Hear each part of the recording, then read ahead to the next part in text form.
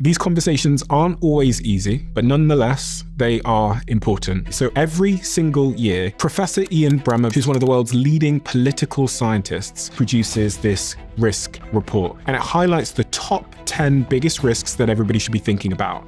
And today, he's going to talk to me about the 3 that matter the most. So he predicts that a US political revolution is on its way. The US has become the biggest driver of geopolitical uncertainty in the world. And in my view, Trump will fail.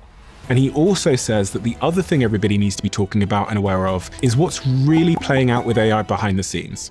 They created a model which is so powerful that they couldn't release it because it would have been an immediate systemic risk to the global economy and our security. And artificial intelligence is eating its users. And we can talk about that. And lastly, I want to end on a point of optimism. Can we take this craziness and turn it into a utopia with realistic solutions? This is super interesting to me. My team give me this report to show me how many of you that watch this show subscribe. And some of you have told us, according to this, that you are unsubscribed from the channel randomly. So favor to ask all of you, please could you check right now if you've hit the subscribe button, if you are a regular viewer of the show and you like what we do here. We're approaching quite a significant landmark on this show in terms of a subscriber number. So if there was one simple free thing that you could do to help us, my team, everyone here, to keep this show free, to keep it improving year over year and week over week, it is just to hit that subscribe button and to double check if you've hit it. Only thing I'll ever ask of you. Do we have a deal? If you do it, I'll tell you what I'll do. I'll make sure every single week, every single month, we fight harder and harder and harder and harder to bring you the guests and conversations that you want to hear. I've stayed true to that promise since the very beginning of the Diary of a CEO, and I will not let you down. Please help us. Really appreciate it. Let's get on with the show.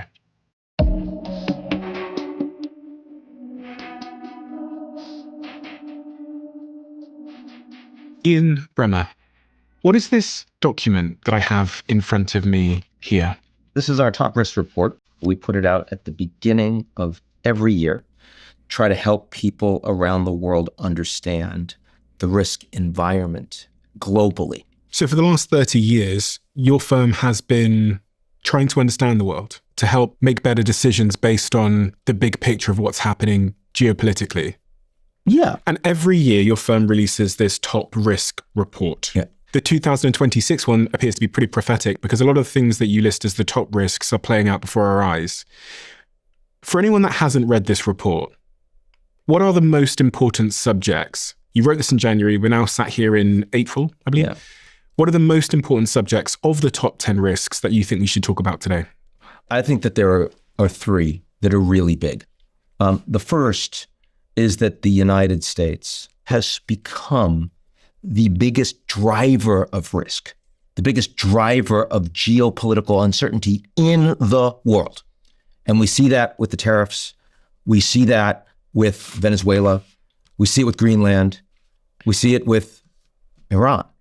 I mean, if there was that level of uncertainty in a smaller political system, and that happens all the time, we wouldn't care as much because the global impact would not matter. But everyone out there is affected by even small changes in the United States. Suddenly, big changes in the United States.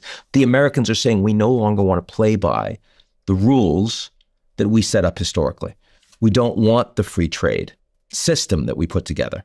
We don't want to be the global policeman that is paying for the collective security. We don't want the open borders that used to welcome so many people from around the world. We want a very different set of rules. The American system is not being challenged by the Chinese saying we don't want. The Americans themselves and the leadership are saying we refuse to be the leader that we used to be. So that's number 1. Yeah, that is number 1. And this is a critical risk. That is a critical risk. That's the most important, without any question. And again, I say critical in terms of it is happening right now.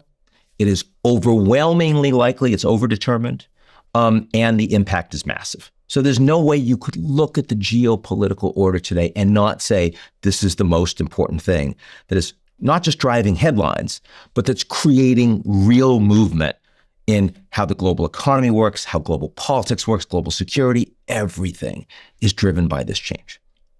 And what's the second one? The second one is the big question of how the second most powerful country in the world is responding to all of that. Now, we in the top risks piece talked about overpowered.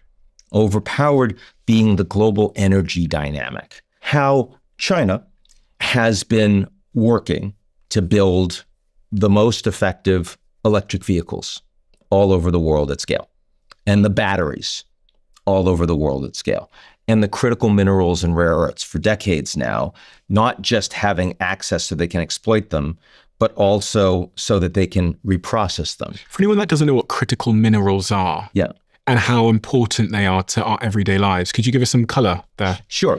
We're talking about all of these things that you take out of the ground, whether it's lithium, antimony. Which is in all these devices. In every device, in your car battery, it's in your missile systems and your advanced weaponry that keeps you safe at home or allows you to go to war against somebody. I mean, you can't have an advanced economy without critical minerals and rare earths.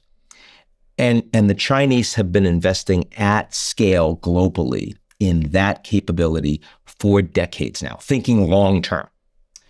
And a lot of the rest of us have not been thinking long term. We're like, just in time, globalization, how do we make the most money now for our next quarterly return? And that reality is making China not a better economy today, but it's setting them up for a much stronger long-term trajectory. So as a risk, you're going to ask me to do this, it is not as critical as the US political revolution because this is focusing on 2026 and China is playing out over a longer period of time, but it is absolutely severe because the Chinese understand that long-term, as countries are saying the Americans are less predictable, and we're more vulnerable to their sudden changes in decisions, many more countries are saying, well, we want to hedge and do more with the Chinese. And those decisions really matter. If this continues, if this direction of travel continues, what happens next in terms of global order, in terms of the Middle East, in terms of all of these things we've talked about? Trump will fail. And I think that the level of policy incompetence and unwillingness to take on expertise is ensuring that it will fail. He's quite unpopular on so many issues right now. He's going to lose in a big way in the midterms coming up in November, and that will make him look like a lame duck. And Republicans will start to think about their own futures as opposed to holding on to this 80-year-old guy. Having said that, we will not have resolved these underlying challenges for average Americans. So there will still be a demand for a political revolution in the United States. The question will be, will the next person that comes and captures that, are they going to be focused on themselves or focused on the country? Right? Trump actually identified the symptoms and was able to benefit as a political entrepreneur twice from getting elected in free and fair elections, right? Mostly. The reality is a future person, we're in New York right now. Zoran Mamdani, a Democratic socialist, is the mayor of New York City, which is like the capital of global capitalism and finance in the world. What does that tell you? It tells you that there's still a demand for something very different. And we don't know, is it going to come from the left or the right? But we know that that level of uncertainty is growing.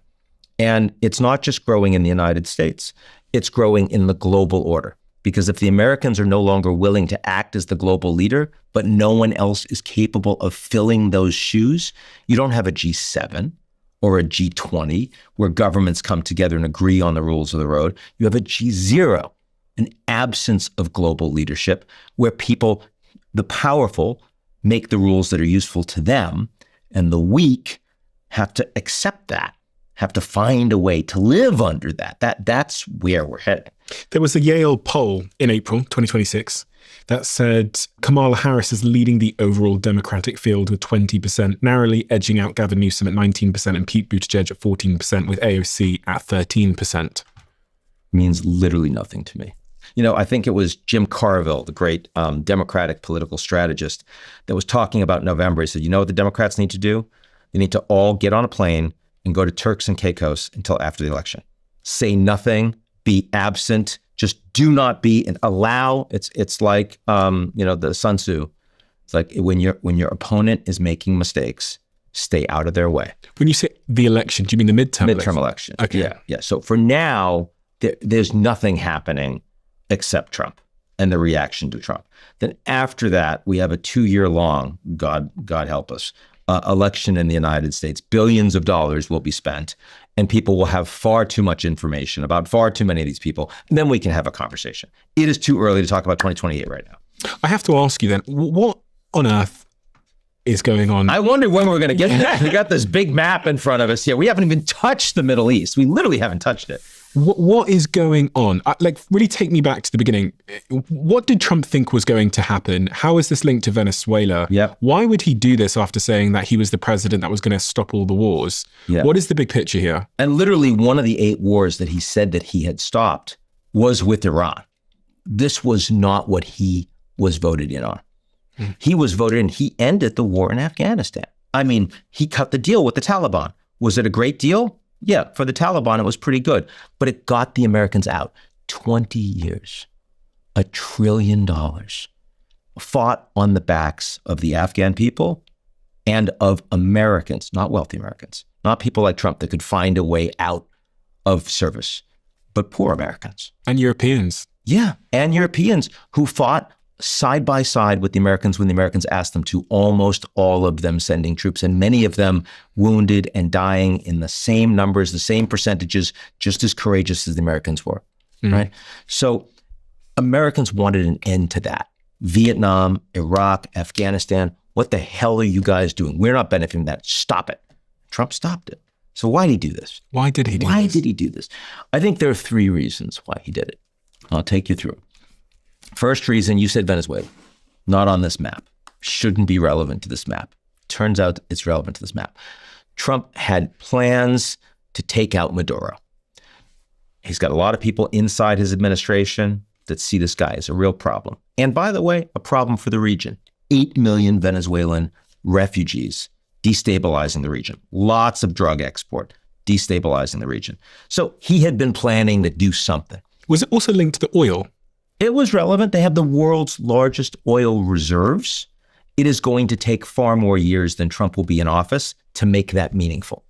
So it sounds good from a branding perspective, and you're going to see a few 100,000 more barrels a day, but it's going to be years. If you saw that testimony by the CEO of ExxonMobil, who said, Venezuela is not investable today. And Trump was angry at him. And all the other energy CEOs like, thank you for saying that. We're not saying anything. Like him, look at him, look at him. Not much courage among those CEOs publicly. So the oil is a great headline for Trump. It doesn't matter much for Trump's presidency. And as we know, just to get some color on that, is that because they just can't, they have to build up lots of infrastructure to be able to extract it? Oh yeah, and because all their engineers are gone. Most of them in the oil patch up in Canada, which has similar geology to it, because they've destroyed so much of their infrastructure. It's broken down because the governance structure isn't there yet. They don't have people that are capable of actually ensuring that there will be contracts that you would follow through on, engage in, people that still have huge lawsuits that need to be resolved, right? So all of this stuff.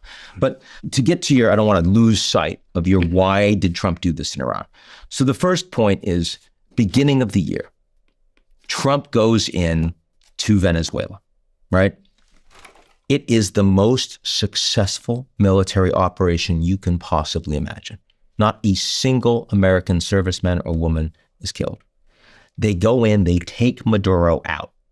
They don't kill him. They don't injure him. They bring him to a jail in Brooklyn, right here in New York, outer borough, but still counts, New York City, right? Extraordinary. And he's facing justice. And meanwhile, Delcy Rodriguez, right, suddenly vice president becomes acting president. It's like, sir, we want to work with you guys. We don't want any of that, right? And so you've got a new government that has a different trajectory, but it's basically the same regime. And they say, whatever you want, we will work on. We'll open our oil sector. We'll open our mining sector. We'll have better regs. We'll try to improve the economy for the average Venezuelan. I mean, they're starting to become popular. In another year, if they had elections in Venezuela, it is not inconceivable that she would win.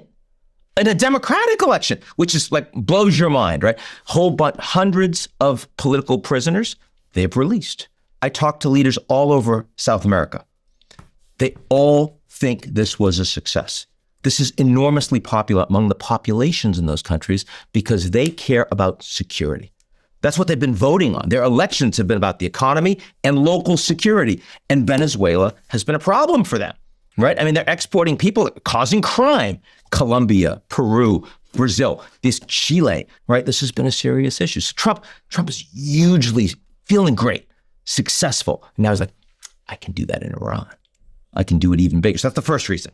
I said 3 reasons. That's the first reason. Second reason, this is not Trump's first rodeo with the Iranians. In his first presidency, the Iranians were engaging in strikes against the Americans directly and with proxies, bases in Iraq, other places.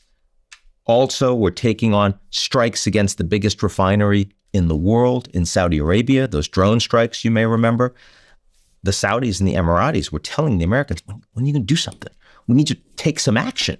Trump didn't want to do anything. They were getting angry, right? Mm-hmm. Finally, the end of his presidency, he orders, pretty bold move, the assassination of this incredibly charismatic military leader, Qasem Soleimani, the head of the Quds Force, as it was called in Iran. And Iran was so angry. And they were going to destroy the United States. Death to America. What do they actually do? Nothing. And then, last June, Iranians are developing their ballistic missiles. They're developing their nuclear enrichment. In uranium enrichment, they're like stockpiling at higher levels, 60%. And the Israelis want to go in. Trump's providing intelligence. He doesn't want to go. Kind of dangerous. The Israelis go in. It's enormously popular. It's going well, succeeding. Trump's like, I want a part of that. That's successful. So he joins in. Second time, Israel took casualties, about 100 killed, I think, in the course of that 12-day war. The United States, Iran talked big, did not hit the Americans. They threw some missiles at that Al-Udeid base in Qatar, the biggest U.S. base. They warned the Americans through Iraq before the missiles were launched. So it was very clear the Iranians didn't want any part of that fight. So Trump is thinking to himself, this is going to be awesome because I'm going to go in, I'm going to pull Venezuela in Iran. I know they don't want to fight me. I killed the supreme leader, 86 years old. He's going to die anyway. He's not that popular among the Iranian, the Islamic Revolutionary Guards Corps, the IRGC, because they're the ones that really run the country. I'm going to have this huge military force that shows what I'm capable of doing. Then the rest of the Iranian leadership, they're going to want to work with me, just like they did in Venezuela. So that was reason number 2. And then the most important reason. The most important reason is that unlike Trump's first term, where he had people around him that were patriotic first and foremost to the country. And when they had disagreements with Trump, they let him know. And they leaked. And they also were willing occasionally to do what they could to undermine an incompetent decision that would hurt the country. And we saw that whether it was with Mike Pompeo or Mad Dog Mattis, right? All of these people who were much more independent, strong actors. This time around, Trump has some really good advisors, people like Marco Rubio and Scott Bessent. He also has some staggeringly incompetent advisors, like Pete Hegseth, for example. But what they all share is that they are first and foremost loyal to the president. And they will not tell him. They won't push back. And what he hears from them is shaded towards how brilliant he is. And that makes him think that he will be more successful even when the military thinks this is a horrible idea. And we just saw this with the reporting from the head of the Joint Chiefs, Dan Kane, who clearly thinks that this is a really bad idea and understands that the military scenarios are super dangerous and that the Iranians will be able to shut down the Strait. And every military in the U.S. for the last 20, 30 years has gamed out how the Iranians could shut down the Strait in a major conflict. And Trump hears very little of that. And he's taking away, I'm incredible, I'm confident, I'm going to make this happen. Those are the reasons he went in. And so he thought it would be take out the supreme leader, then they'll negotiate, we'll get a better deal, we'll have a political system there or political leader there that is obedient to us. Yep, it'll be maybe, it won't be a day, but it's not going to be a month. And what actually happened? That did not happen. What actually happened is the Israelis took out the supreme leader and also took out a lot of the military leadership that the Americans had been speaking to, which is why Trump came out and he said, well, a lot of the guys we're talking to are dead now, so we don't really know who to work with. He said that Even if it's true, and it was, you don't want the president saying that, right? He has no filter. Which is one of the more interesting things about this presidency. What happened is the Iranian leadership was taken out. The response was immediately what they call this mosaic situation, where they decentralized the military decision-making to local commanders, because they were worried that the high-level commanders, if they were on cell phones, if they were engaging with other commanders, the Israelis would know where they were and they'd be able to assassinate them. So then suddenly the Iranians were taking shots at Gulf states, at critical infrastructure, and stopping transit from the Strait. This is one of the questions I had is, in several interviews that Trump has done, he alludes to the fact that he thinks he's talking to the right people. Do you really believe, I know there was a meeting recently in Pakistan where they sent JD Vance in to negotiate with Iran. Do you think anyone is running Iran at the moment? Is there leadership in Iran? Is it possible to negotiate and control all of these dispersed forces at the moment? First, the honest answer is it's impossible to know, because this is right now, the internal decision-making of Iran is extremely buttoned up, and they ain't talking to anyone about that. Mm-hmm. But it's very easy to assess two things. First, that their ability to make centralized decision plans and implement them is real. So when their biggest gas field is hit and they say, we're going to hit you back in return, they are able to implement on that in short order. So we've seen a number of occasions in the last 5 weeks where Iran has gone from statement made by the foreign ministry and by spokespeople to action taken by local commander in Iran, which implies that there is a centralized structure. We also see toll taking on the Strait by individuals that are being ordered by the central Iranian government to do that. They're not operating by themselves. So in that regard, the fact that the Iranians showed up in Islamabad, in Pakistan, with significant leadership, with the foreign minister, also the speaker of the parliament, but also a team of experts who had briefs on negotiating on a number of different points on the Strait and on ballistic missiles and on support of proxy actors and on the nuclear issue, which proved the most divisive in those 21 hours of talks, shows that this regime is still very much functioning, despite all of the Israeli and the American efforts to say that, they've done all this incredible damage. This regime is still very much in place. And they couldn't get a deal. So Trump announced that he's going to block the Strait of Hormuz himself. Just hours ago. I think that is also overstated. You have 21 hours of talks led by the vice president of the United States. I assure you, if these talks were a disaster, they don't last 21 hours, 2 or 3, and then they're out. 21 hours means very substantive conversations on the entire range of topics that were of importance to the Americans and the Iranians. Trump did not get the outcome he wanted ultimately. I'm not super surprised, because the Iranians feel like they have more leverage right now than the United States thinks they do. And this frustrates Trump immensely. And so at the end, and remember, he's calling and talking with Vance more than 10 times over the course of this entire conversation. They're in regular contact. At that point, Trump says, okay, I'm blockading the Strait. But just before markets open on Monday, you also see reporting that, well, these talks that were a disaster, we're going to engage in further talks. So maybe it wasn't such a disaster. Maybe what's really going on here is Trump wants to show that he still has more leverage to use against the Iranians, because he's lost a lot of his leverage. He gave a speech to the American people, one speech so far about Iran, primetime speech. In that speech, he said, war's almost over, 2 to 3 weeks, max, we're done.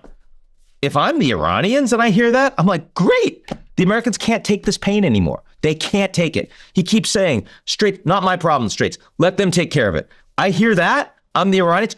Great. He can't take this economic pain. He knows he doesn't have a military solution. So it's not that the Iranians are only hearing for Trump, I'm going to destroy your civilization. They're seeing what he's actually doing. And he seems to change his mind a lot, or not follow through on some of the threats that he makes. Right, of course. And then they also will be aware that he's becoming increasingly unpopular. on this issue specifically. On this issue specifically. He is underwater just like he was on Greenland, where he eventually completely did a 180. He was going to put tariffs on all the Europeans that supported Denmark. He had to take Greenland. Those things went away. So you're sat there, you're Iran, you're going, Trump's own people are pressurizing him to get the hell out of here. Yeah. He's unpopular day by day. It's hurting his economy. Correct. His midterms, elections that are coming up, he's going to be severely hurt and he's going to lose power in that regard. So actually, the Iranian leaders, I mean, they might be incentivized just to wait it out. That's right. Because they don't think they have to wait it out for months. They think that it's a democracy. So he's going to be unelected at some point in a couple of years. They saw China. China did this, right? Last year, Liberation Day, as Trump called it, where he puts tariffs on all these countries. He puts these high tariffs on China. They hit back. He does it again. They hit back again.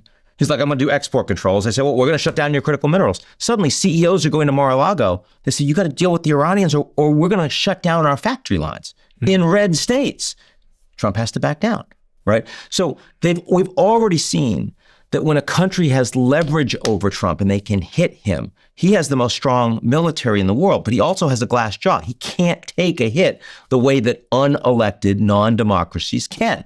The Chinese and now the Iranians over the Strait. So what Trump is doing with announcing the blockade, and by the way, he hasn't broken the ceasefire. So even though blockade is an act of war, he still hasn't said, okay, you guys have to start hitting the Iranians again right now. So this is still de-escalated compared to a week ago. A week ago, this looked much more dangerous than it looks today. He's saying to the Iranians, hey, I'm willing to cut off your source of funds. I'm willing to stop you from exporting oil and making money off of it. Same Trump that suspended those sanctions on Iran because he wanted to keep the prices down. So that's what's happening right here. Iran also, again, I'm trying to put myself in the mind of, the incentive structure of the Iranian leaders. They can't let it be seen or known that dropping bombs on us made us pander to you. Because if they set that precedence, then for the next couple of decades, every American leader is going to know, okay, if you want Iran to play ball, all you do is take out their leadership, you drop loads of bombs on everything they have, and then they come and negotiate with you and give up their nuclear weapons and everything else. So I imagine there's an element of the Iranians now going, if we buckle here, then for the rest of time, America are going to repeat this playbook. I hear what you're saying. I would put it slightly differently. I think that after the 12-day war last June, the Iranians understood that their deterrent capacity had failed. They were incapable of preventing the Americans and the Israelis from hitting them and their proxies whenever they wanted. We've talked a lot about Iran. We haven't talked at all about Lebanon. There's another war going on in Lebanon right now. The Israelis are hitting the Lebanese very hard. There's over 1 million displaced people in the last several weeks. Why? What is this war? Well, Hezbollah, which is a terrorist organization as recognized by Israel and the United States, though not everybody, continues to have the ability to engage in strikes against Israel. Nowhere close to the strength of the Israeli military, but the Lebanese government promised to disarm them. They have not done that. And so Hezbollah has been able to continue to engage in missile strikes, relatively small numbers of missile strikes, into the north of Israel, where Israeli citizens live. There was a period of time after the October 7th attacks by Hamas, where over 100,000 Israelis had to evacuate from their homes and their schools and the rest for like a year because Hezbollah was making their lives hell. Right. So what Israel is now doing is they're going to take territory, about 5 to 7 kilometers of Lebanese land. They're going to occupy it as a buffer zone to protect those Israeli civilians from Hezbollah being able to hit them with their weapons. That is the intention here. And so what Iran understands is that their ability to deter Israel from hitting Hezbollah at the beginning, in October 7th, Hezbollah was the most powerful non-state military in the world. No one else was close. And today, Hezbollah has shown that their leadership gets targeted and destroyed, assassinated across the board by the Israelis, that their military is incapable, their critical infrastructure can be disrupted, and that Israel can also hit Beirut, the capital of Lebanon, and no one can do anything in return to Israel. There's lots of chaos going on in the world right now. Yes. Was there a way to have avoided all of this Was there something that someone could have done further upstream to avoid all this chaos that we're seeing now in the Middle East? Like, what was the first domino that fell? In Iran, you do have an enormously repressive regime that has the ability to take action against their own people in an incredibly brutal way, as we saw it play out in January. And it's also a regime that does not respect the right of Israel to exist. It's also a regime that has been sending weapons and money and military advice to other revolutionary actors around the region, undermining security in Yemen, undermining security in Iraq, undermining security in Syria. So, I mean, the fact that at the core of the Middle East, you have a revolutionary regime that was exporting instability and violence is a serious problem. That's number one. Number two, Israel, America's top ally in the region. America first, but Trump still gives billions of dollars every year to Israel, even as he's cut off military aid and support for almost everyone, including for Ukraine, right? This country is very capable of now attacking all of its enemies and creating outcomes that it wants, whether or not it creates instability in those countries. We've seen that in Gaza and the West Bank, right? I mean, reality is Israel is continuing to take more and more territory in the West Bank, and no one can do anything about it. They hit Lebanon really hard. No one can respond to that. So that is creating a reality where Israel is able to determine outcomes and even attack Iran directly with the United States. They felt very confident about taking that on and that there would not be backlash that would undermine Israel's own political survival. It wasn't an existential risk to Israel. And even if Iran developed nukes, which is everyone wants to prevent from happening, but Israel has their own nukes, right? I mean, they have like 100 plus. So those are two fundamental drivers of conflict and instability in the region. One aligned with the United States, one a revolutionary theocracy. There have been very positive developments in this region, very positive developments. First of all, Syria. Assad was a brutal dictator that was overthrown by his own people, and his own military would not support and fight for him. And the Russians proved that they couldn't support him in a significant way. And so now you have an opportunity for Syria to become a representative government that can engage with others around the region and more broadly. That's a positive. You've got Saudi Arabia and the UAE and Qatar that are engaging in transformative domestic policies to attract investment from all over the world, to build experiences that everyone would want to travel and engage in, to create work opportunities that are far better remunerated than anything that foreign labor could get in their own home countries, allowing them to bring money home. And in the case of Saudi Arabia specifically, they're taking 35 million people. Half of that economy used to be closed to women, and now they're bringing women into the economy. They're actually not just educating them, but they're giving them opportunities in every area of employment. That is one of the most extraordinary stories in the world today in terms of change in governance, and that continues. Then final point here is that in the context of this Iran war, and in the context of a United States, which is doing less global leadership, there are questions of how these countries that are aligned with the US want to ensure their own futures. And so we see increasingly two different blocks that are starting to form. You've got the United Arab Emirates together with Israel. You remember the Abraham Accords, which was Trump's big foreign policy success in his first term, where he got these countries, the UAE and others, to recognize Israel and start doing a lot more tourism and, business and technology transfers and the rest. So UAE, Israel, the United States, and India are increasingly aligning on national security and technology. And they're becoming more of an international bloc based on this region. At the same time, Saudi Arabia and Pakistan, long worked together on defense, are now much more public about an alliance. Pakistan is nuclear, Saudi Arabia is not, but Pakistan would provide them nuclear weapons if they really wanted it. That's absolutely something to think about. They are increasingly becoming a regional defense quad, 4 countries, together with Turkey and Egypt. Big countries, big populations, aligning more, diplomatically and on defense, calling for a regional security architecture in the region, but that would not be easily aligned with the UAE, America, Israel, and with India. So that is also a significant tension. And in the context of all of that, 95 million people in Iran, whose military has been substantially degraded, whose economy and industry have been substantially degraded, and who were already running their economy into the ground before the war happened. These guys aren't winners. They're survivors, right? They have influence over the Strait, but they're not winning. And this is dangerous long term. Your firm makes a lot of predictions. So I wanted to ask you to help me try and look forward as to how this conflict might end. We're in a position now where it seems that the US aren't going to give up the demand to Iran that they cease to develop and pursue nuclear enrichment. It appears that Iran have said that they want the right, and they believe they have the right, they said this before this conflict started, to enrich uranium and to have nuclear power plants and all these kinds of things. So how does this end? Like Trump's now, he's blockaded the Strait of Hormuz.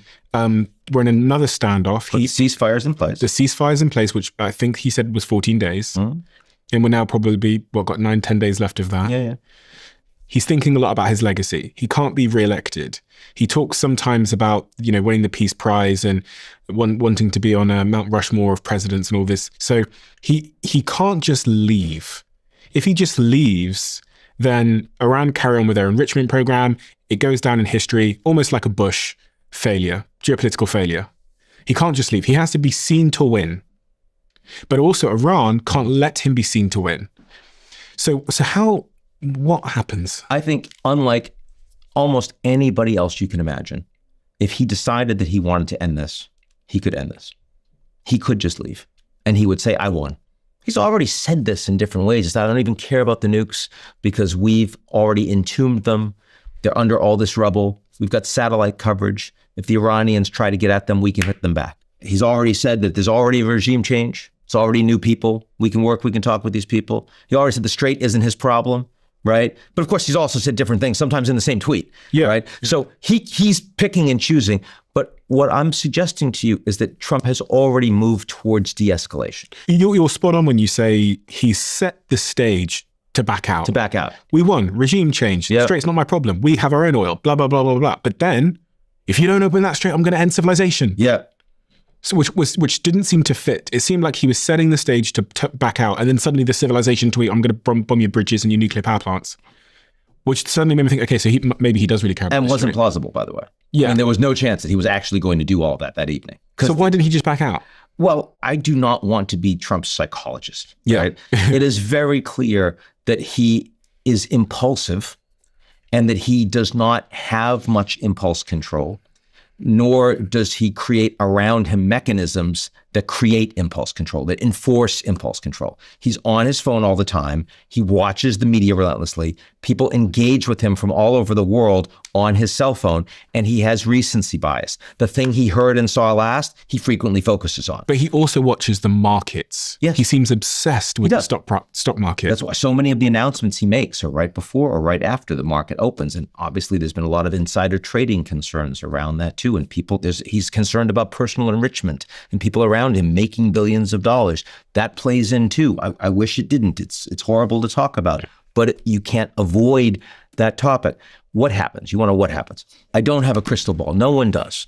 But where I think this could be going on the basis of that, the most likely outcome is that the ceasefire is eventually extended, that we have those talks that were 21 hours that were substantive. There'll be more talks, maybe not with the vice president, but there'll be more talks. They'll become more substantive.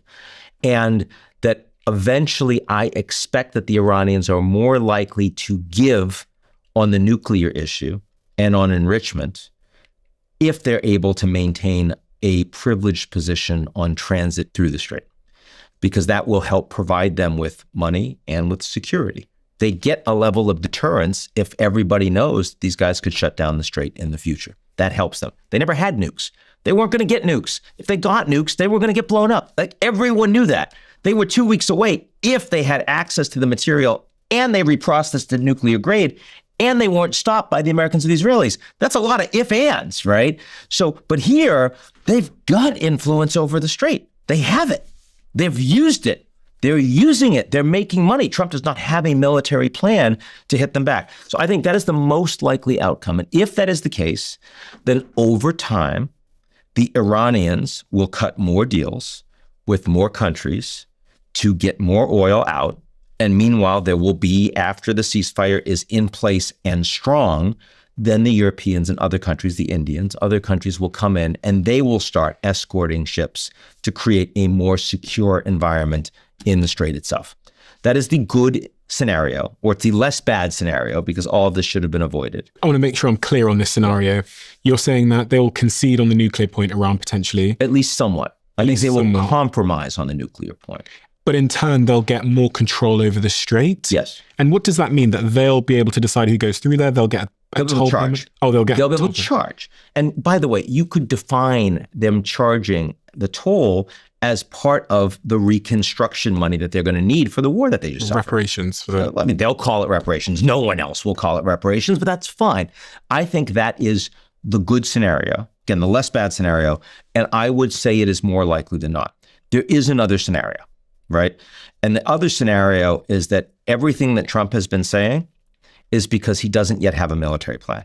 Over the last days, with all this ceasefire, there's still this new aircraft strike group that is motoring its way over to the Gulf. You got thousands more American troops that are heading into position, ground troops, right? They're going to have almost 15,000 total that will be deployed by Trump since this war started. They're going to be there in the next 2 weeks. Once Trump has them there, he can use them.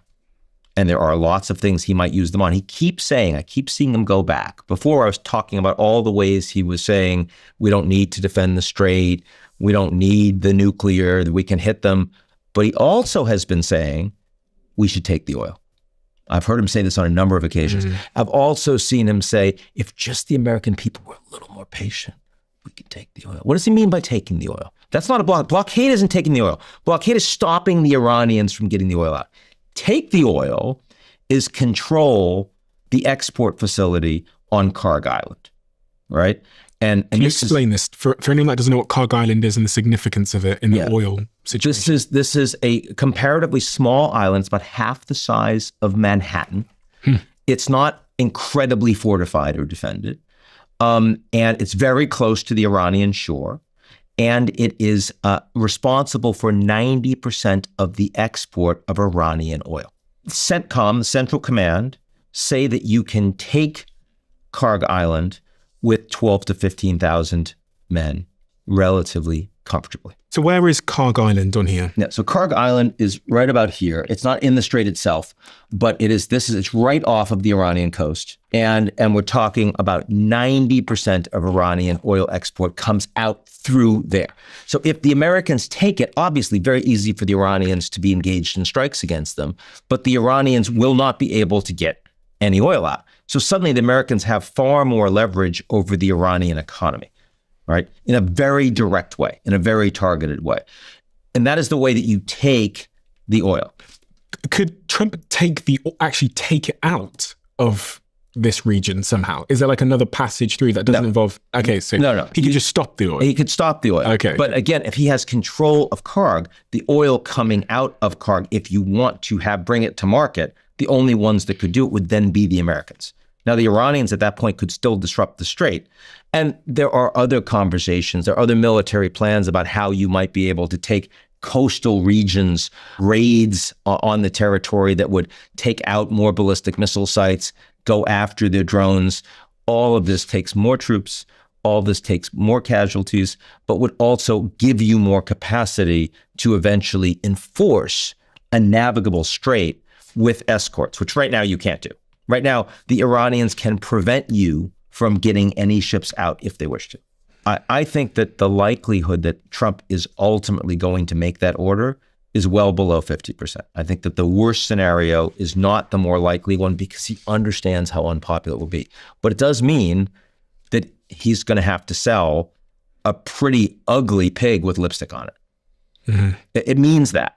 Because this was the problem Trump has is he can't blame anyone else for this. Yeah. He's the decider. Like, he did it. I mean, he's got his secretaries in cabinet that are all saying, well, the war, it's up to Trump. He's got the war goals. It'll be over when he says it is. It's all about Trump. He can blame NATO for not wanting to join him. They're joining him. It was his war of choice. And he's never been responsible directly for an economic downturn. I mean, the pandemic wasn't his fault, right? This is an economic downturn with oil prices shooting up. Gas is over $4 a gallon. Diesel's over $5. Inflation's ticking up. Food prices are going up. He's wildly underwater on affordability, and he is completely responsible for it. No one else is responsible. And zooming out even further, when we think about this on a global scale, you've got Russia, who are at war with the Ukraine. That seems to have just completely vanished from the news cycle, by the way. It has not in Europe, I promise you, but in the United States, they're talking a lot less about it. It's true. In Poland, this is a very big issue. In the Baltics, it is a very big issue. And then you've got China, who must be laughing because it looks like the United States are just sort of self-harming themselves. Yep. And then you've got Europe, which is the last power, who seem to now just be sort of colluding with themselves and getting together and saying, listen, we're not going to help the US anymore. I mean, I grew up through all these little conflicts and wars, and the UK always seemed to come to the US's call. Yeah. And for the first time ever, I'm watching the UK go, actually, no, you do this one yourself. Not doing this. I'm going to meet with Macron in France, and we're going to huddle and go it alone. What is that big picture? And which part of that big picture is most pertinent to talk about? Yeah, China's the most pertinent because it's the most powerful. Russia's the easiest to deal with, which is that for the Russians, they don't have much that they produce that's manufactured. They don't have very good technology, right? They're relying more on the Chinese. They've got oil there, haven't they? That they manufacture. They've got oil, they've got gas, they've got fertilizer, right? All the things with the prices have just spiked through the roof. That's what the Russians have. That's where their power is. And so they are making so much more money. Their economy was really getting squeezed with all the sanctions. Now they're getting so much more for everything that they actually sell. And the Americans have reduced sanctions like they did on Iran against Russia because Trump cares about the markets, as you say. So Russia's in a better position for that reason. And they're in a better position because all the weapons the Americans have been selling to the Europeans to get to Ukraine, America now needs to get to the Middle East. So the Ukrainians are going to have a harder time defending their cities against Russian ballistic missiles, against Russian drones. So this clearly means that Putin will be much, much less interested in a ceasefire, which, let's face it, he wasn't really very interested in to begin with. Trump, at the beginning of this term, promised he would end this war. He was hugely frustrated. He goes to Israel to announce the Gaza ceasefire. It's a big win. The Knesset, the Israeli parliament, they're standing ovation. And it's like, I thought I was going to get the Russia war done, and I failed it. I haven't been able to do that. I got this one instead. Like, Trump never brings up his own failures, but this really bothers him. So here you've got yet more ability for the Russians to say, we're going to persist. And it makes it more likely that Trump will eventually do a deal with the Russians over the heads of the Europeans. So that's the Russia issue kind of in a little box. Now, Europe, we already talked about how Europe is having its problems economically. It doesn't have the productivity, it doesn't have the growth. What did Europe do wrong, in your view? Like, I'm a European, I guess. I was born in Botswana in Africa, but I moved to the UK when I was young. So I guess I'm British. What did the country do wrong? Because the country was so strong and powerful and respected when I was younger. And I love Britain, but it appears on a global stage that perception has changed. The US are talking to us like a lapdog. Yeah. At Davos, I saw the talks. They're like, you need to get your shit together and be stronger and stop being so woke, blah, blah, blah, blah. Yeah. Well, first, the Americans talking to the Europeans that way has a lot more to do with the change in administration. Okay. I don't think any other Democratic or Republican president would do what Trump is doing to his closest allies. I think that's more unique. But it is certainly true that over the last 30 years, there have been two really big geopolitical shifts, right? The United States has shifted its orientation, but not its geopolitical power. But in terms of power shift, you've got the rise of China and the global South, India in particular after China, but China's the biggest piece of that. And then you have the decline of American allies. Europe, Canada, Japan, South Korea, These are countries, most of which are contracting demographically, right? They're countries, most of which that have much flatter growth and much more reduced productivity than the United States. They've not been investing in their own defense. They've not been investing in their own technology. So what you see is an asymmetry. At the same time that the Americans are saying, we're not interested in the rest of the world, we don't want to do all this stuff, don't want to fight the wars, don't want free trade, you're also seeing a reality where those countries don't bring as much to the table in a conversation with the United States. So the so-called Draghi plan, the 800-page plan by the former central bank head in Europe, the ECB, Mario Draghi, they called him Super Mario. He had this competitiveness report that all of these things that the Europeans needed to do, and he would say the Brits as well, to address that, to build entrepreneurship, to spend in ways that would actually bring a return long-term, to like invest in new technologies, to reduce red tape. The plan is there. But unlike the United States, unlike China, Europe is not a country. Europe is 27 countries in the EU and the United Kingdom, which decided for Brexit. It's a lot harder when you don't have scale. It's just harder. And when you have elections every few years, it's just more challenging. You can't do the sort of stuff that the UAE or the Saudis or the Singaporeans or the Chinese can do at scale long term. So as a consequence, what did Europe do wrong? Europe believed that the world after the wall came down in 1989, after the Soviet Union collapsed in 1991, they believed that the world was just going to be peaceful, that everyone was going to have a system like the Europeans did, so they didn't need to invest in defense. And it was okay if they didn't invest in lots of technology because they had friends that they could work with, and maybe their growth wouldn't be as big, but their quality of life would be so high. And they were completely wrong. China did not. They got wealthier, but they didn't suddenly align with the United States and Europe. China didn't become a free market economy. China didn't become a democracy. China is a consolidated dictatorship under Xi Jinping with no term limits and with control of the economy, state control of the economy. And that's not an easy environment for the Europeans to be comfortable being non-competitive.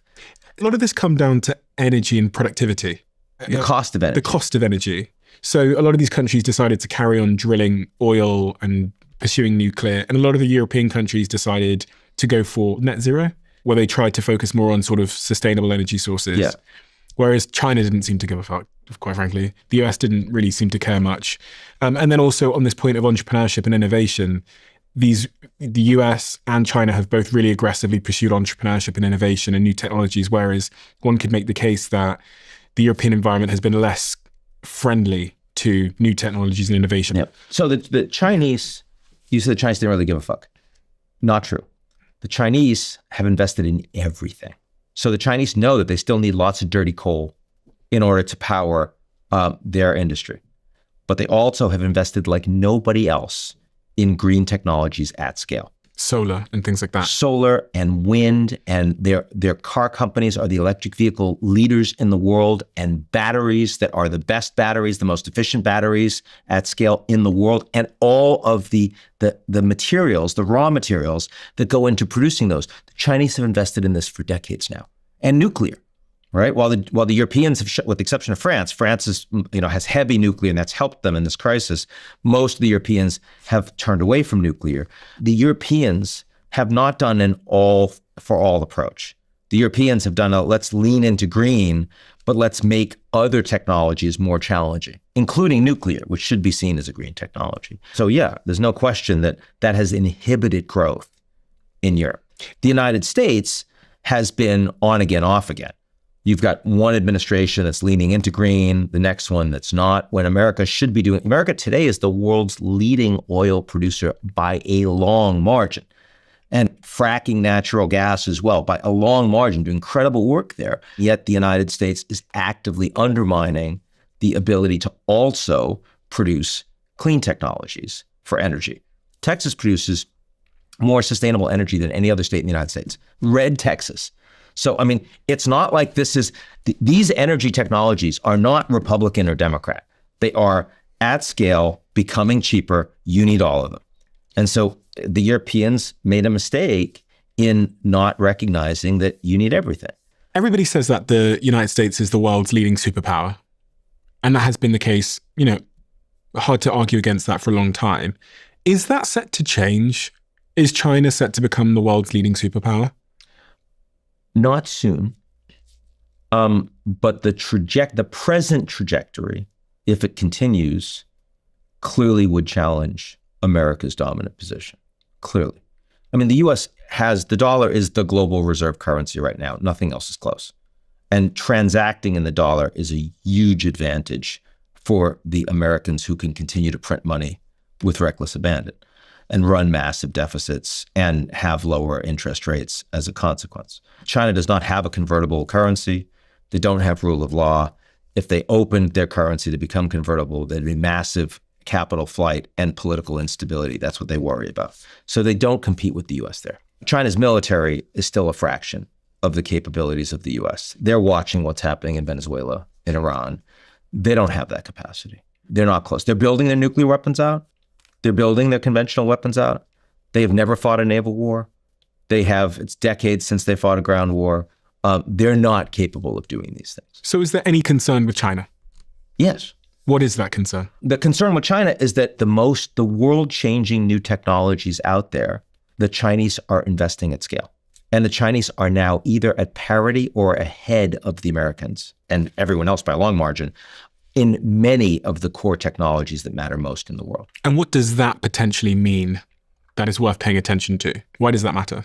It means that they can set the rules. They can set the standards. They can sell the products that you need them, that if they determine that they're going to shut you off, you're dead, right? I mean, think about what happened. The Europeans were so dependent on Russia for gas and for oil. And the Russians invade Ukraine, they want to shut it down, and it destroys the European economy. The Americans are doing just fine. The Americans are building and get so many of their semiconductors from TSMC in Taiwan. I'm sure you've talked about that before in your show. Well, what happens if China decides that they want to cut that off?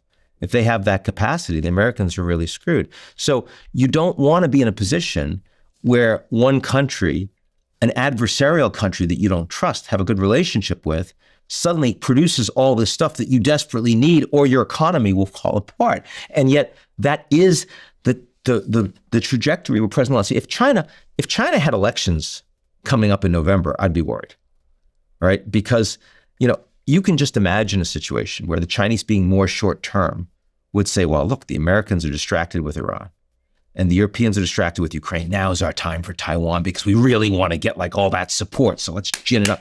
Chinese aren't doing short-term at all. They're doing long-term. The Chinese are thinking for 10 years down the road, 20 years down the road, and they're investing that way.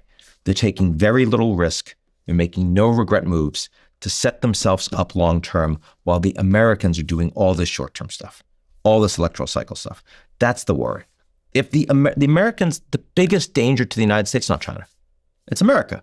It's America getting in its own way and not investing in having the best products, the most competitiveness, the most attractive place to study, the most attractive place to live, the most attractive place to work.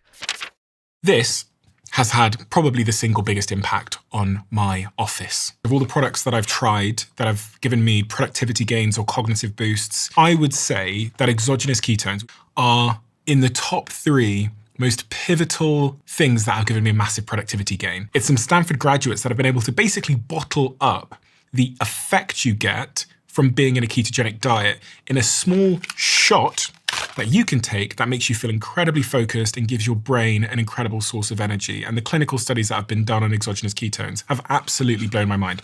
I reached out to them, I became a co-owner in the company, I became an investor in the company. And so it's with great pride that I can tell you that this exists. If you haven't tried these shots, go to ketone.com/Stephen for 30% off your subscription order. And you'll also get a free gift with your second shipment. I still buy my ketone shots predominantly online, but thankfully I can now grab them at Target whenever I drive past them here in the United States as well, because we're now stocked in Target, where your first shot is completely free.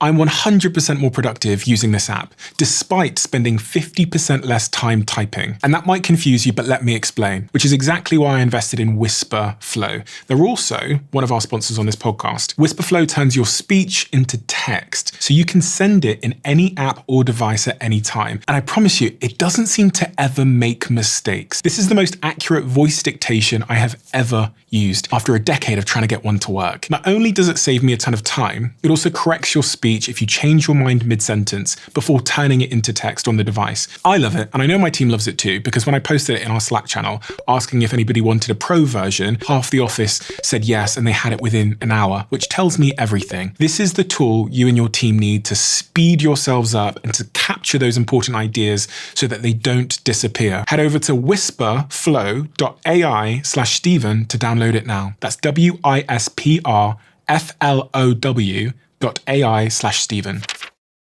You did a TED Talk 2 years ago in June. It was published in June 14th, 2023, and it's done tens of millions of views on YouTube. It is titled, "The Next Global Superpower Is Not Who You Think." Yeah.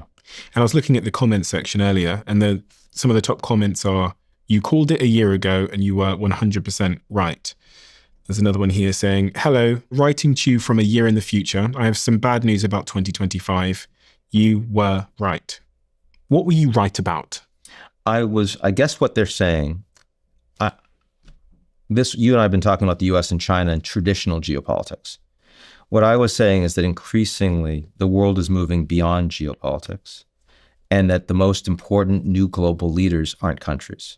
They're technology companies that are writing their own rules. I was looking how the Russian invasion of Ukraine, that war started not on the 24th of February, but the 23rd of February, when Microsoft found out about all of the cyber strikes that were hitting Ukraine and made the US government and the Ukrainian government aware of it. I look at Elon Musk and providing Starlink. If it wasn't for that, I'm not sure that the Ukrainian government was going to be able to fight these guys on the ground. They wouldn't have been able to communicate. Zelensky might be gone.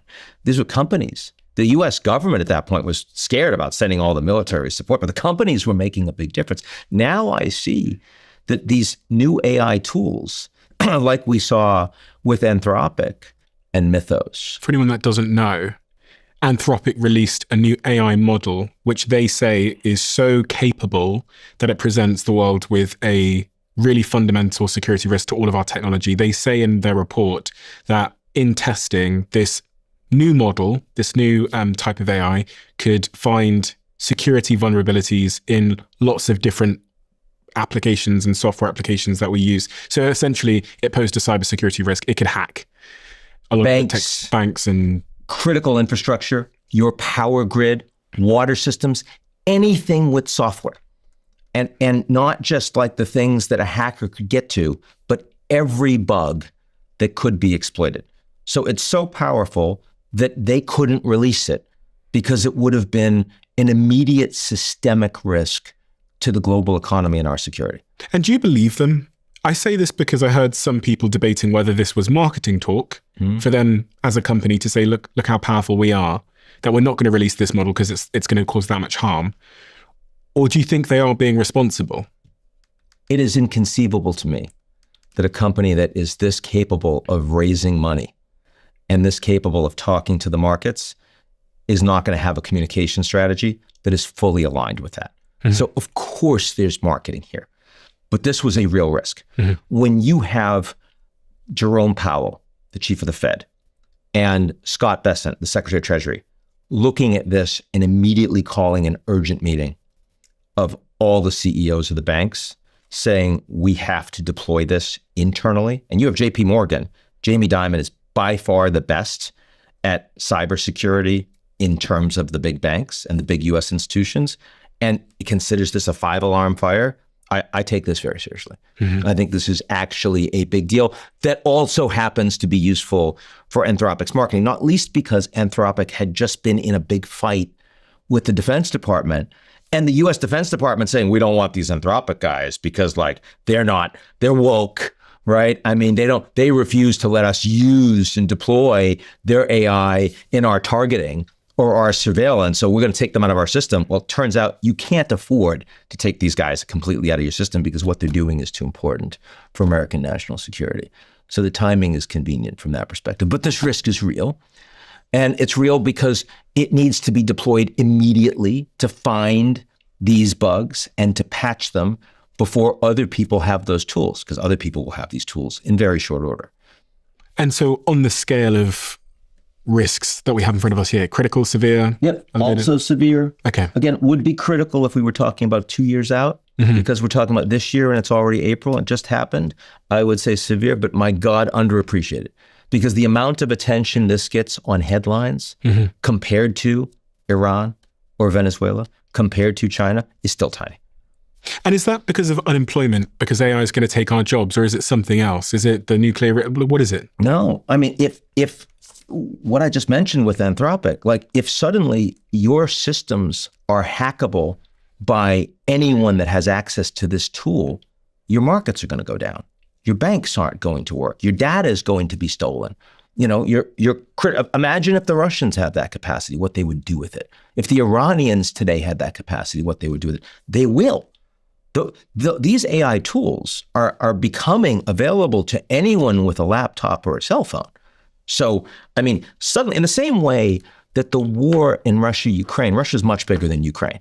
And yet in the last 3 months, Ukraine has actually taken territory back from Russia. How is that possible? Technology, drones, right? They have become the most capable drone producer in the world at scale. So much that when the Iranians were attacked by the United States and they counter-hit, what did the Americans do? They called Zelensky, remember the guy that didn't say thank you in the White House, and they said, could we have your help with your drone technologies in figuring out how we combat Iran for our Gulf allies? So technology is changing the world so fast, and it turns out that the biggest way it's changing our security and the economy is AI.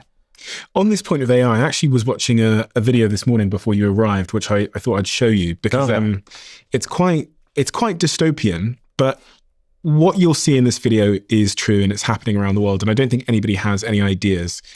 This is the video. I'll play it for those of you that are looking at the screen at the moment. Can you tell what's going on in this video from watching it? It looks to me like the work that they are doing is being monitored real time, presumably by some external source. You're going to suggest to me that the external source that's monitoring them is not a human being, but is artificial intelligence. Yes, kind of. What's happening is a company has paid these Indian workers to wear cameras on their heads, to watch their hands, to train the AI so that the AI can do that job in the future. To remove the workers from those jobs. Yes. Yeah. So it's kind of like sitting on the branch of a tree and you yourself cutting there's this meme I'll throw up on the screen. It's of a guy sat on the branch of a tree and he's cutting the branch himself. And what you're seeing here is because the AI companies and the robotics companies need real world data of these jobs being done, they're now asking the workers in the factories to record themselves doing it so that they can replace them. Yeah. It's I laugh because it's slightly terrifying. It's slightly terrifying, and yet it's also slightly empowering, depending on what we decide to do with the wealth that comes from this. Because let's face it, most human beings do not want that work to be what self-actualizes them. What kind of political system do you need, or social system do you need in such a world where a lot of the work that we do today is being done by these intelligent machines and a huge amount of people don't have work? I was saying to you before we started recording, a friend of mine called me the other day and he had had a conversation with one of the most successful technologists in the world that everybody knows. And he said, next year is the year where the unemployment because of AI really will take hold and people are going to get increasingly annoyed. They also said that they think the Democrats, even though I think this person might be Republican, they think the Democrats are going to win the election because the impact of AI is going to be so severe next year in terms of unemployment that people are going to associate the Republicans with being the pro-AI party. And I saw another report last week saying that AI is now less popular than ICE in the United States. And just as a podcaster who has conversations about this, I know people are not happy. I know they're not happy. I see it in the comment section, in part because we don't see it flowing down and making people's lives better. We see major corporations getting richer. And so the funny thing, that video you showed me, most people in the global south are very excited and enthusiastic about AI because they think it's going to give them tools to improve their human capital, to improve their opportunities. China, the Chinese are very excited about AI because they think that it's going to make their lives better. Mm-hmm. The Americans, the Europeans are not.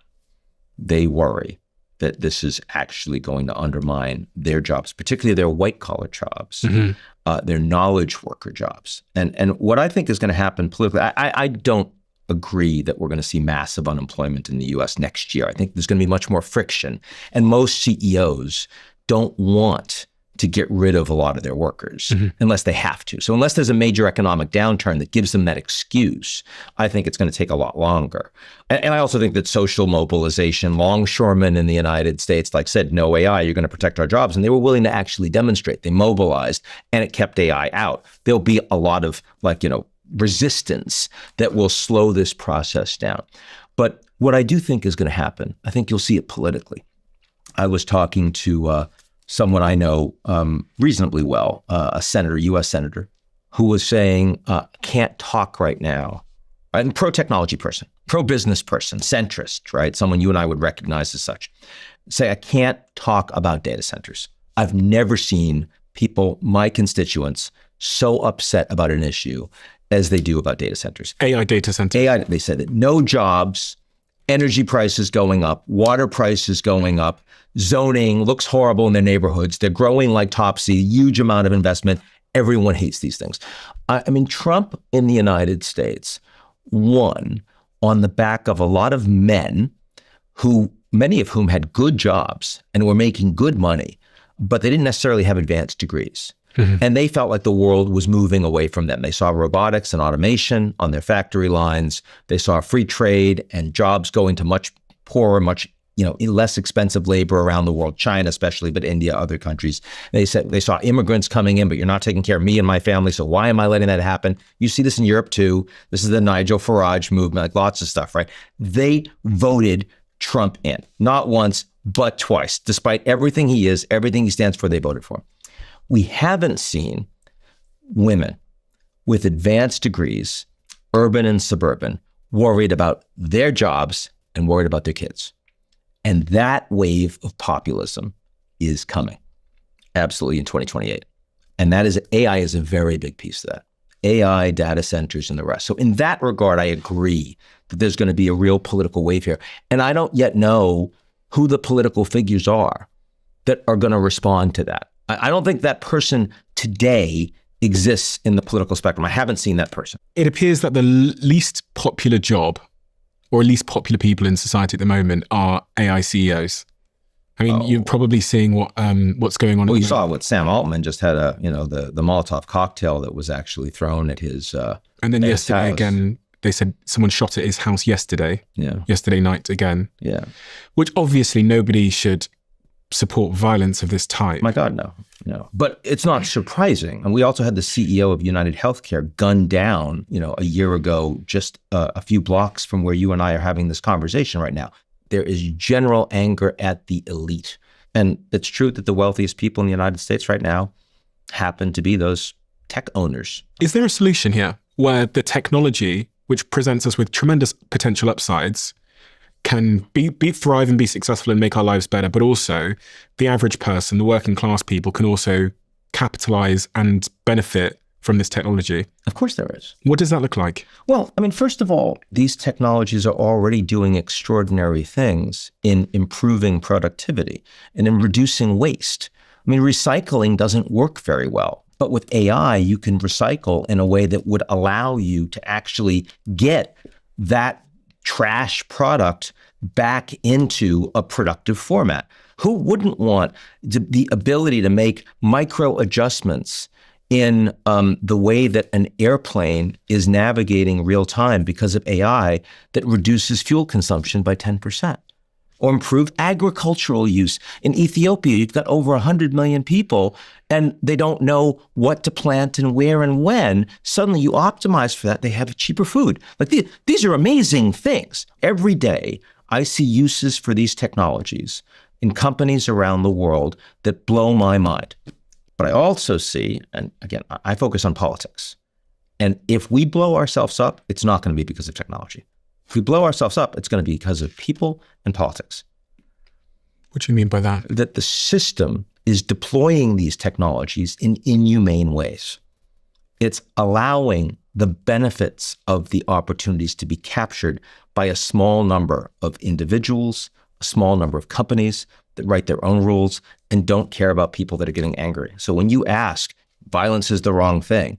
But if you're seeing that people are getting so angry that they're starting to do things that they see the only way that they think that they can respond is outside of the legal framework. It's not by voting for somebody new, but it's by mass action or even violent action, then the politics are really broken. So do we need like universal basic income or something, or does there need to be an AI tax or? I don't think that you go from everybody has a full-time job or aspires to a full-time job to universal basic income in a year. I don't think that happens. But I could easily see pilot programs that say, instead of a 5-day work week in the following areas that we think are going to be disrupted, it's going to be a 4-day work week or a 3-day work week. And we're going to pay you the same amount of money. But that additional day every week is going to be on AI training that will allow you to have a job, either be more effective in your existing job, because only the people that know how to deploy these tools are going to have a job in another 3 or 5 years, or will allow you to transition. But you've got to start spending the money on that now. And that guy that you had that conversation with, I've been watching him publicly. He's not part of the solution. He's saying, I think the Democrats are going to win. Oh, well, I'll be fine. I'm still worth a lot of money, but I'm not going to do anything to actually help facilitate this. Like if the people that are most capable of being aware of these challenges and of addressing them are instead all in winner-take-all mode, then obviously we're going to have a breakdown in society. It's a tricky situation, isn't it? Because we've seen what happens when governments get involved in technology. Sometimes, even in the UK and the European Union, bloody hell. I remember speaking to, I don't know if I have permission to say his name either, but he is the CTO of one of the biggest technology companies in the world. And he was explaining to me that they can't release their features, this particular piece of hardware. We can't even release it in Europe because the European Union have so much regulation that they've actually created a bunch of issues for us as companies. One of them was that in this particular device, the European Union demand that the battery can be taken out and put back in again. And what this actually means, he was explaining to me, is that we're going to have to buy loads of batteries and keep them on the shelf, and then they're going to go bad. And actually, it's going to be worse for the environment, but also it means that the devices are no longer waterproof. So more devices are going to break, which is even worse for the environment. Yeah. And this over-regulation that's Which happened, means that the Europeans are nowhere in terms of technology. And they're not competitive. They're not competitive. So do you know what he said to me? He goes, and I don't think what the Europeans don't realize is we just don't need their market anymore. He said, Brazil's coming online. And all these other big markets are coming online as buyers. So we just can decide just to not sell to Europe. So there are 3 systems out there, right? Broadly speaking. One system, the United States system, most power in the hands of the private sector, so much so that they're able to capture the regulatory process, write their own regulations. That turns out that system drives an enormous amount of growth and wealth. The problem is that lots of average Americans do not benefit from it. Mm-hmm. Because nobody is looking out for them. Then they get angry and then they lash out, right? The Chinese system, where the state actually captures the private sector and they say what the private sector can and can't do. And frequently they own the private sector, state-owned enterprises, right? And that system drives an enormous amount of growth over the long term, but the people have no say over what is and what is not allowed. And that creates a lot of dissent and this lying flat, we're not a part of the system and the solution. Then you have the Europeans. And the European system is very oriented towards, we want to make sure that the social contract works for the citizens. We're very interested in having all of the benefits that people need, but we can't afford them because our system is so heavily regulated and so anti-entrepreneurial that we don't drive the growth that would be necessary to keep paying for the people, right? So obviously, each of these systems have challenges. But the problem comes not in the nature of the system, but in when they become extreme. Americans today want a New Deal, whatever that New Deal looks like. And Trump won because of that. He won because he positioned himself as the outsider that would make sure those things happen, right? He was the guy that was going to end the wars. He was the guy that was going to invest in the United States. America first, not these other countries first. People like that. Take care of your people. That's what they want. People are voting for very simple things. They want to be taken care of. They want to have opportunities for themselves and their families and their communities. They don't want to feel despair. That's what the American dream was all about. That's why my grandparents came here. My grandma, Armenian, her family fled the genocide. She came on Ellis Island. That's why I'm here. I came and I started a company in a land that had great opportunity, but most Americans don't believe that applies to them anymore. And you asking me all these questions about AI, the answer is very simple. Give these people the opportunity to create a dream for themselves and their families in their own countries. If they don't have that, they will eventually revolt against you. Is that what history tells us happens next in such a situation where the people feel more and more powerless and they feel like they have less and less opportunity?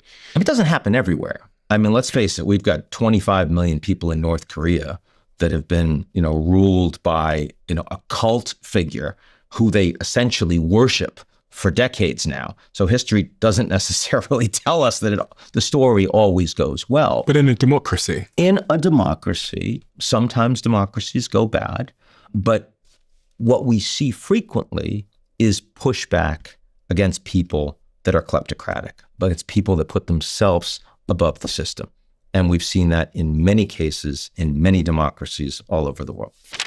70% of people who add something to their online cart never actually buy it. And that number is based on over 10 years of research. But what I think is even more interesting is what the Baymard Institute discovered. They're a private research company that ran a study which found the average e-commerce store could increase its conversion rate by 35% just by making its checkout easier. Not better marketing or better products, but by delivering a smoother checkout experience. So if you're looking for an easy way to make your checkout process smoother, I want you to think about moving your business onto Shopify. It's the platform we use to sell the 1% diaries and the conversation cards because it's so simple and smart to use. It puts all of our inventory payments and analytics in one place and has so many AI tools to help us get up and running straight away. Not to mention that it grows with you regardless of the stage that your business is at. So if you're ready to fix your checkout process, sign up for your $1 per month trial at shopify.com/Bartlett. That's shopify.com/Bartlett. And don't tell anybody.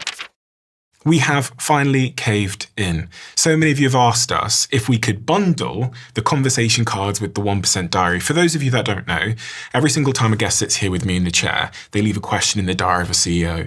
And then I ask that question to the next guest. We don't release those questions in any environment other than on these incredible conversation cards. These have become a fantastic tool for people in relationships, people in teams, in big corporations, and also family members to connect with each other. With that, we also have the 1% diary, which is this incredible tool to change habits in your life. So many of you have asked if it was possible to buy both at the same time, especially people in big companies. So what we've done is we've bundled them together and you can buy both at the same time. And if you want to drive connection and instill habit change in your company, head to thediary.com to inquire and our team will be in touch.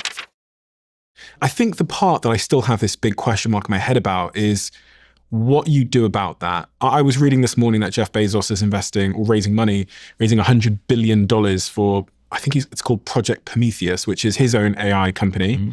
Mm-hmm. You've got Elon with XAI, you've got Anthropic, you've got Dermis at Google and Sundar, you've got OpenAI, Sam Altman, you've got all these big tech CEOs that are trying to sort of raise superintelligence, like it's a child. Yeah. And if they are to be successful, one would assert that intelligence itself is the most powerful commodity, like currency or commodity that there isn't on planet Earth. So those that wield it. And commodity is right, because Altman talks about you're going to need to pay for intelligence the way you pay for water. Yeah. Or pay for gas. And that average American hears that and goes, what? I'm going to have to pay for intelligence? Yeah. That feels like something we have free will over. Suddenly you don't. Suddenly a company has control over that. If you had a wand and you could wave the wand and solve this techno oligarchy, what would you do? I want three things. I want three types of governance. First, I want to make sure that the United States and China start to have AI arms control conversations. When we were fighting the Soviets, there were no arms control discussions until after 1962. Cuban Missile Crisis. We almost blew up the entire world. That was super dangerous with much, much lower levels of technology. And then after that, we said, oh, maybe we should have a hotline between the two leaders. Oh, maybe we should have deconfliction. Maybe we should not invest in certain areas. Maybe we shouldn't try to develop Star Wars defense, for example. Maybe we should have some arms control agreements that limit, what we do so that it's safer. We desperately need that between the Americans and the Chinese. That's number one. Second thing we need, the financial markets. We all need the financial markets, right? We need them systemically. When there's a financial crisis, the whole world comes together to get out of the financial crisis. And it doesn't matter if you're capitalist or communist. The People's Bank of China, the European Central Bank, the Bank of England, the Fed, they all work together because they are first and foremost technocrats who understand that we need the markets to function. You need something like that for AI. You need an AI stability board so that whenever there is a model that creates a danger to us globally, like Anthropic just did last week, that model is dangerous to all of us globally because any software with a potential bug in it is findable by that model and it can be exploited. That's an incredibly dangerous weapon. So we don't want everyone to have that. So you need at scale, because everyone's going to develop this stuff, you need an AI stability board like the Financial Stability Board that is governed by technocrats, by people that have an independent capacity to identify threats to the systemic environment, the AI environment, that we need to work, that can communicate that to the people that have power and that can immediately attack and address it, right? That's the second thing we need. We don't have that yet.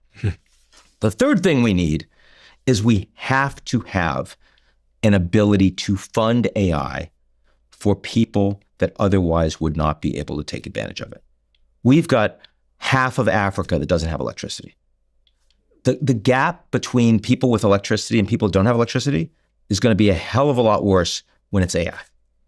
It's going to be a gap between people that act like empowered human beings, hybrid individuals that have AI as a principal relationship and can deploy that knowledge, and people that we won't even treat as human beings. Like a different species almost. Like a different species. That's unacceptable. We can't allow humanity to develop that way. So we have to spend the money to ensure that everyone has access. We aren't close to that. What about the domestic economy here in the United States or in the UK or any of these countries that are developing the technology? Same as the last point. It's the exact same thing. Okay, so you've got to also fund... Yeah, it can't just be global. I mean, the Americans will not care about this. If this is like for sub-Saharan Africa, they'll be whatever, right? It's them. I'm saying this is something that is necessary for humanity. But when I looked at Artemis going around the moon, we're looking down. I don't see borders. I see 8 billion people. I mean, if anyone that came down that wasn't being shot up from the Earth and came down, anyone that came down to the Earth would look at us and they say, oh, look at this, 8 billion people. They don't see borders, right? And the first thing they would learn if they learned how we actually operate with our 8 billion people is, wow, you guys, given the technology you're developing, you have nowhere near adequate governance for 8 billion people. You guys are all divided into all of these short-term decisions you're making that are so inefficient, and you're going to destroy yourselves. That's what they'd say. That's what they say. And I say that as a person who is a citizen of the country that created the United Nations, because we understood the last time we almost destroyed ourselves in a world war, we can't do that anymore. So we need more global governance. We need more forums that bring everyone together, not that divide us apart. We're not heading in that direction right now. We are not heading in that direction right now. Yes. I mean, we're certainly heading in the opposite direction in every sense of the word. In the opposite direction, in most senses of the word. But technologically, one could imagine that we're developing the tools that will help us move in that direction if we wish to. There is another version of the future, isn't there, where sometimes I question whether it's possible because the human condition is so, contaminated with all of these sort of darker parts of ourselves. But sometimes I wonder if there is like a version of the future which is utopia. I don't see how there isn't. I mean, I don't see how you allow human beings to create the kind of tools that we have and not have the ability to use them for good. The big stories of the world over the past 50 years, my lifetime, those big stories have been about growth. Those big stories have been about how human beings are living for longer with better education and better healthcare and more wealth and less starvation and less poverty. Those have been the big stories of the last 50 years. Now, you can say maybe it's a blip, but actually when you look at humans' history on the planet, it's generally moved towards more capacity. We've just had a couple of really bad episodes. And information spreads so quickly that we hear about these bad episodes in a way that we wouldn't have otherwise. So it feels That's also true. The algorithm's serving me up what's going on 10,000 miles that way. And I worry the most about that. I worry the most about people getting programmed. I'm not worried about artificial general intelligence. I'm worried about human beings becoming more computer-like. When you spend all of your time on your smartphone, that is a computer programming a human being, and we're acting more like the computer when we know that we're not like that. We know that we're more like who we are over the last few hours. We're sitting here, we're having a conversation with each other. I've never met you before. We know a bit about each other, but we're having a real conversation. That's a humane conversation. As soon as it gets intermediated by algorithms, as soon as you get programmed into a lane, we become much more inhuman. And I worry, that's why I hate prediction markets. The idea that we're going to, instead of looking at our political institutions as things that we built that serve us, instead we create a casino out of them. And we only care about whether we're in or out of the money. That human beings don't operate that way. Companies that want to line their pockets make us work that way. We're being forced away from being our better selves. We need regulations and governance models and companies that help us be more of our better selves. What's interesting is as a podcaster, you sit in this really interesting position where I don't have like a boss or an overlord telling me who I can interview and who I can't. And my team know me so well now that they would never even mention the implications of me interviewing someone to me. And what I say that is like, they would never come to me and say, Stephen, you should interview Ian, but just so you know, this is his politics, and if you interview him, these people might scream at you. Oh, yeah. They know me so well that they would never even mention it. So I say this to say that I have the opportunity to be like truly independent, and that means that last week we had Ivanka Trump on, I had Michelle Obama on, then Kamala Harris and Gavin Newsom, and I've interviewed Memdani. And it's funny when you sit in this position and you look at your the list of people that want to come on the show, and that you've asked can we reach out to these people, and you see every name, and yet that this, having a conversation, because of the algorithms, with someone that half my audience don't agree with, is going to cause like real anger. But like it's what I also find to be really funny is like when I meet these people in real life that half my audience hates, for some reason, you connect with them. I can see like a lot of the time they have a disagreement about the path, but they all agree on the destination. Well, no one's a villain of their own story. The one thing I would tweak of what you just said, you said because you're independent, you have the opportunity, right, to do what you want and to say what you want, to interview whoever you want, handle you. I think you have the obligation. Yeah. In this environment, independence is a responsibility because there are so many people that are not in your position or my position, that aren't independent, that can be fired, and they do not have the same opportunity. And instead, we can't be angry at those people. We have to recognize that, no, we are fortunate enough to be independent, and if you can't be fired, we have an obligation to be out there and above the 50% of people that are going to hate you for whatever reason. Can I ask you a question then? Do you think I need to say something to the audience on why this is so important? Of course you do. I think you do that through your conversations, but I think being mindful of it is important. It's about being authentic to who you are. I mean, you and I may not have exactly the same values. We may not have the same priorities, but if you're being honest about yourself with your audience, about what matters, you're doing that through your podcast, your conversation. It's about never selling out when you do that. It's about never pulling back and saying, oh no, that might irritate someone, so I'm not going to say it. That's not who you are. Yeah. You can't do that. Yeah. Right? Because again, that's what mainstream media does, and that's why they're in trouble. I completely agree. And I think it's funny because sometimes I think that the audience might not understand that. But the reality is, in the real world, when I go outside and I speak to people, they understand that and they appreciate that. It's just sometimes, I think, vocal minorities that really don't want to hear from someone that disagrees with them at all. But are they really vocal minorities, or are they bots? Are they algorithmically created? No. When you and I are on the street and people come up to us, it's and it's random. Yeah. It's overwhelmingly friendly. Yeah. Maybe, I think the digital world is not really a human world. And that's why it's so much more important to do more live, just get out there, also do more long form. The more that we can do to resist the algorithm, the better we'll be as a planet, the better we'll be as a species. I'm so in love with the idea of like talking to people you disagree with or just have a difference of opinion with. I'm so in love by I remember reading a quote once that said, if you have the same opinion, if you have the same complete set of opinions as one group of people, those are not your opinions. And I find that to be really, really true, because I can steal and take ideas and opinions that I agree with from almost everybody that I speak to. And this is such a strange position to take in an algorithmically driven world where the echo chamber will unbelievably reinforce and protect me if I just choose a side. That's right. And part of my life that resists this is that my view is that if you hold the same opinions as the world is changing, you will be wrong. True, yeah. But the algorithm doesn't want you to change your views. Yeah. Is there any closing remarks that you have for the listeners based on the journey we've been on? I mean, again, I know you're based, you're Brit. I live in Los Angeles as well. Yeah, I know. But still, I mean, you got an accent, and I mean, you're global. You're 4 years old, you bought Botswana, right? That whole story. I mean, the fact is that you've managed to build something global without promoting irresponsible lies and hatred and dislike. And I don't think you're bad for people, right? And we need more of that. Look, I mean, I think about, when I think about where power is coming from, it's not just tech companies. It's also people outside of established political force. When I was a kid, here's what we're talking about. I was in second grade. I think my teacher's name was Miss Kritikos. She was Greek. And she was asking us, we were talking about the elections, and she was asking us who wanted to be president. And she was talking about what it meant to be president. I remember raising my hand, of course, and everyone's talking. I was thinking how cool it would be. And then all of a sudden she said, Ian, well, why would you want to be president?